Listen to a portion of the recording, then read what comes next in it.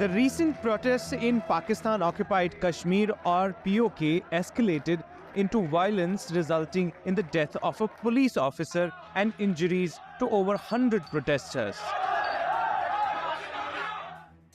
The violence erupted after approximately 70 members of the Joint Awami Action Committee, an organization of traders in the region, were arrested while they were protesting the rising costs of fuel, food, and utilities.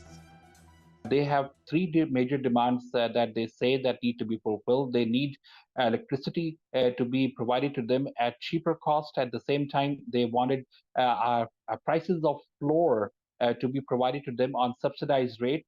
And at the same time, they also would demanded the government to slash the privileges and perks that they provide to the government officials, the bureaucrats, and also the senior government officials currently in the ruling and also in the former setup. Because they said that all of this basically goes from the public sector, and the people of Kashmir are not provided with what their rightful requirements should be. That is why it's been an year that they have been trying to negotiate with the government. They came down to a conclusion, but yet the government did not fulfill its commitments. The traders took to the streets last Friday to protest against high electricity and food prices. They also demanded a reduction in privileges for government officials. Similar protests were held in August last year against high electricity bills. The Pakistani authorities have immediately responded to the demands. The Pakistani state has already made an allocation of 23 billion Pakistan rupees to provide them with subsidies on wet, and also they have scaled down the prices of electricity, cost of electricity. In fact, earlier the electricity prices were higher, but now it is lower. In between, there were demands from the people that it should be free electricity. The state said no, we will be providing with electricity not only from Nilam Jhelam but also from Kohala. There are two power projects, and they said that at least production cost should be levied on the people. The people said no, even you cannot do that. You have to bring it down substantially. A general strike brought Muzaffarabad, the capital and the largest city of PoK, to a standstill for 4 days as shops, businesses and public transport shut down.